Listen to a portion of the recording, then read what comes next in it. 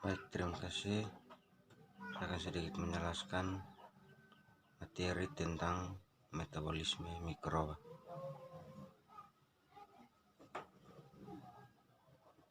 Metabolisme merupakan serentetan reaksi kimia yang terjadi dalam sel hidup, atau metabolisme pertukaran zat pada organisme yang meliputi proses fisika dan kimia. Selanjutnya, dalam metabolisme terdapat dua fase, yaitu katabolisme dan anabolisme.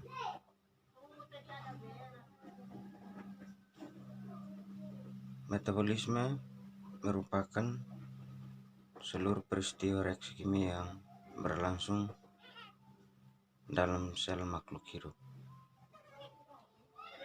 Anabolisme sendiri merupakan pembentukan zat organik kompleks dari yang sederhana, atau penyusunan senyawa kimia sederhana menjadi senyawa kimia atau molekul kompleks atau molekul kompleks. Yang kedua, katabolisme. Katabolisme yang merupakan pertukaran zat pada organik yang meliputi proses fisika dan kimia. Selanjutnya, proses energi oleh mikroba, respirasi, fermentasi, dan fotosintesis. Seperti yang kita ketahui, respirasi atau pengeluaran karbon dioksida, dan fermentasi penguraian metabolik senyawa organik oleh mikroorganisme, dan fotosintesis pemanfaatan energi cahaya matahari. Sel-sel bakteri seperti sel semua organik hidup umumnya melakukan aktivitas kehidupan untuk kelangsungan hidupnya.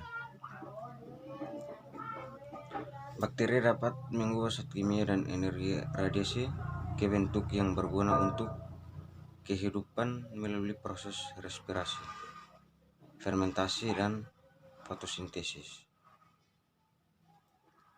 Respirasi merupakan proses disimilasi atau proses tindakan atau hal yang membuat berbeda. Proses disimilasi itu proses penguraian zat yang membebaskan energi kimia yang tersimpan dalam suatu senyawa organik. Respirasi aerob yaitu respirasi yang oksigen bebas. Yang kedua, respirasi anaerob yaitu respirasi yang tidak membutuhkan oksigen bebas. Respirasi secara aerob terjadi di dalam sitoplasma dan berlangsung melalui 4 tahap, yaitu glikolysis yang merupakan pengubahan glukosa menjadi pirufat dan ATP tanpa membutuhkan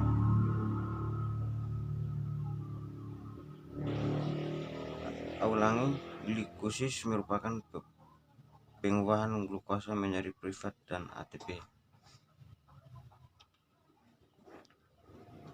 Respirasi aerob secara aerob terjadi di dalam sitoplasma dan berlangsung melalui 4 tahap, yaitu yang pertama,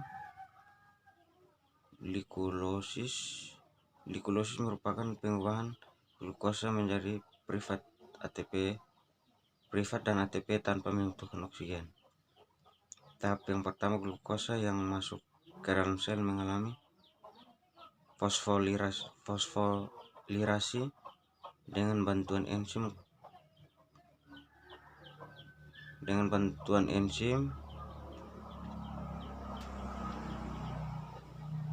dan menghasilkan glukosa 6-fosfat untuk keperluan ini.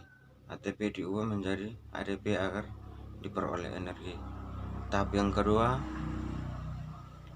glukosa 6-fosfat diubah oleh enzim fosfoglukoisomerase menjadi bentuk isomernya berupa fruktosa 6-fosfat.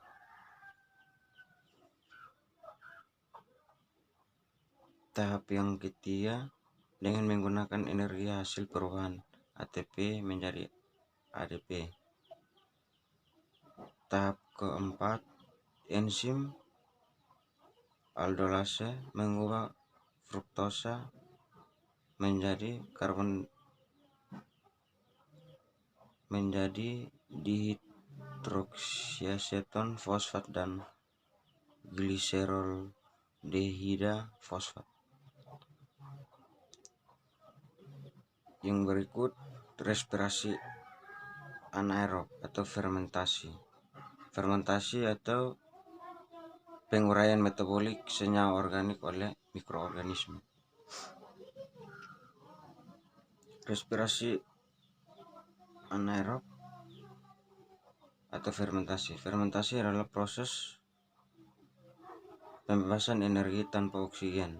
Ciri-ciri dari fermentasi adalah terjadi pada organisme yang tidak membutuhkan oksigen bebas.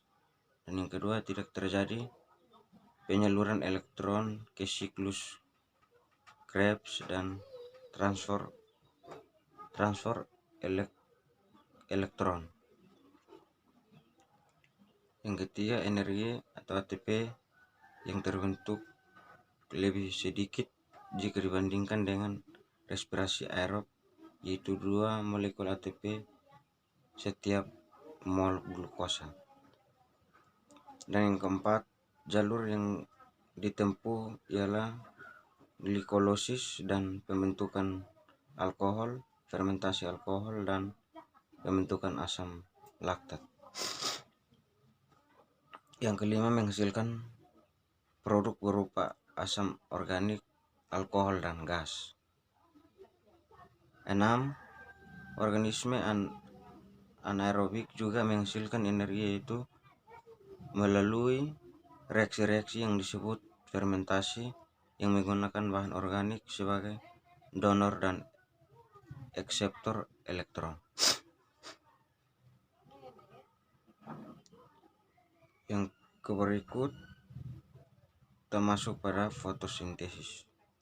Fotosintesis atau pemanfaatan energi cahaya matahari.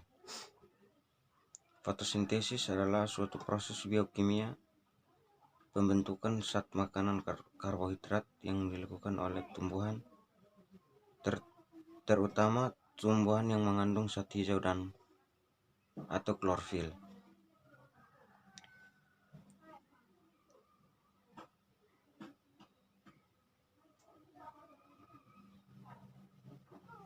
Yang berikut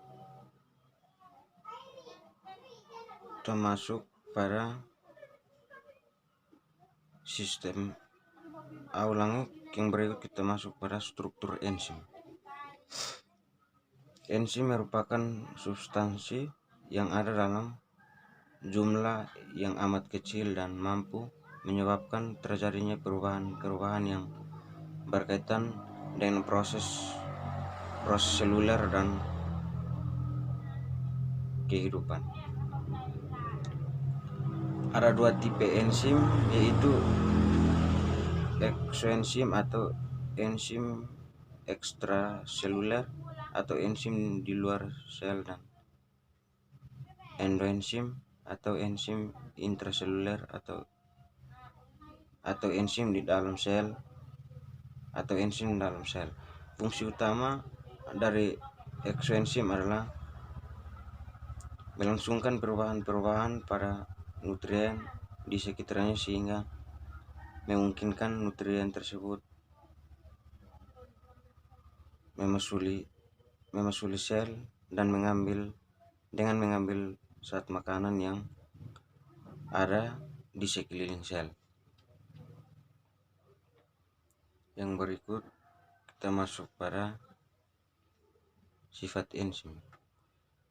Sifat enzim sebagai molekul zat yang mempunyai peran besar dalam metabolisme. Enzim memiliki beberapa sifat penting, diantaranya sebagai berikut. Enzim adalah suatu protein. Yang pertama, enzim adalah suatu protein. Yang kedua, bekerja secara khusus atau spesifik. Yang ketiga, enzim sebagai katalisator. Yang keempat, dapat digunakan berulang kali. Yang kelima, rusak oleh panas. Yang keenam, dapat bekerja bolak-balik.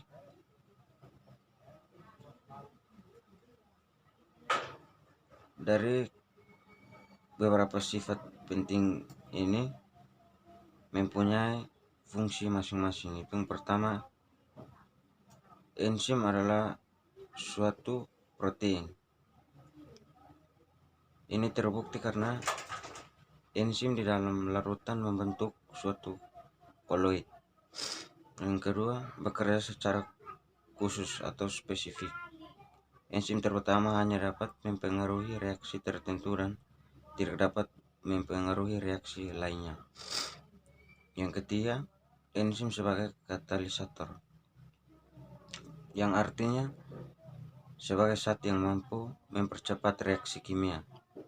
Keempat, dapat digunakan berulang kali. Enzim dapat digunakan berulang kali karena enzim tidak berubah pada saat terjadi reaksi, meskipun dalam jumlah sedikit. Yang kelima, rusak oleh panas.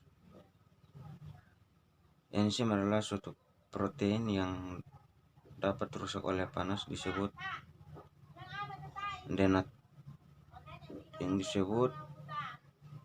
denaturasi. Keenam, dapat bekerja bolak-balik. Umumnya enzim dapat bekerja secara bolak-balik, artinya suatu enzim dapat bekerja menguraikan suatu senyawa menjadi senyawa-senyawa lainnya, dan sebaliknya dapat pula bekerja menyusun senyawa-senyawa itu menjadi senyawa semula. Yang berikutnya kita masuk pada mekanisme kerja enzim. Reaksi enzimatis akan berlangsung apabila substrat tersedia dan bagian sisi aktif enzim dalam keadaan kosong.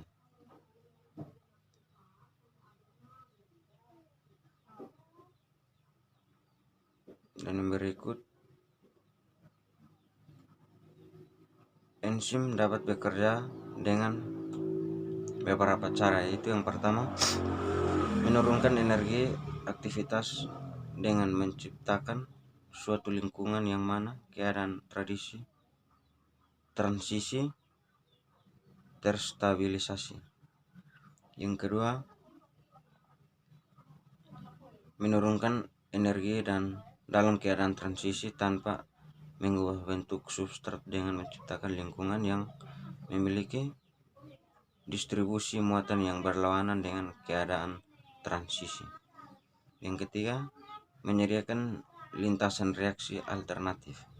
Yang keempat, menurunkan perubahan entropi reaksi dengan mengiring substrat bersama pada orientasi yang tepat untuk bereaksi. Mekanisme kerja enzim dapat dijelaskan dengan dua hipotesis, yaitu hipotesis gembok dan anak kunci dan hipotesis kecocokan yang terinduksi. Dari materi metabolisme mikroba, kesimpulannya saya dapat simpulkan bahwa metabolisme merupakan seluruh peristiwa reaksi kimia yang berlangsung dalam sel makhluk hidup. Metabolisme terdiri atas dua proses, yaitu anabolisme atau pembentukan zat organik kompleks dari yang sederhana, dan katabolisme adalah pemecahan zat kompleks menjadi zat yang lebih sederhana disertai dengan pelepasan energi. Kedua proses metabolisme tersebut merupakan reaksi enzimatis, artinya reaksi tersebut melibatkan peranan enzim. Enzim adalah suatu protein dan dihasilkan oleh sel hidup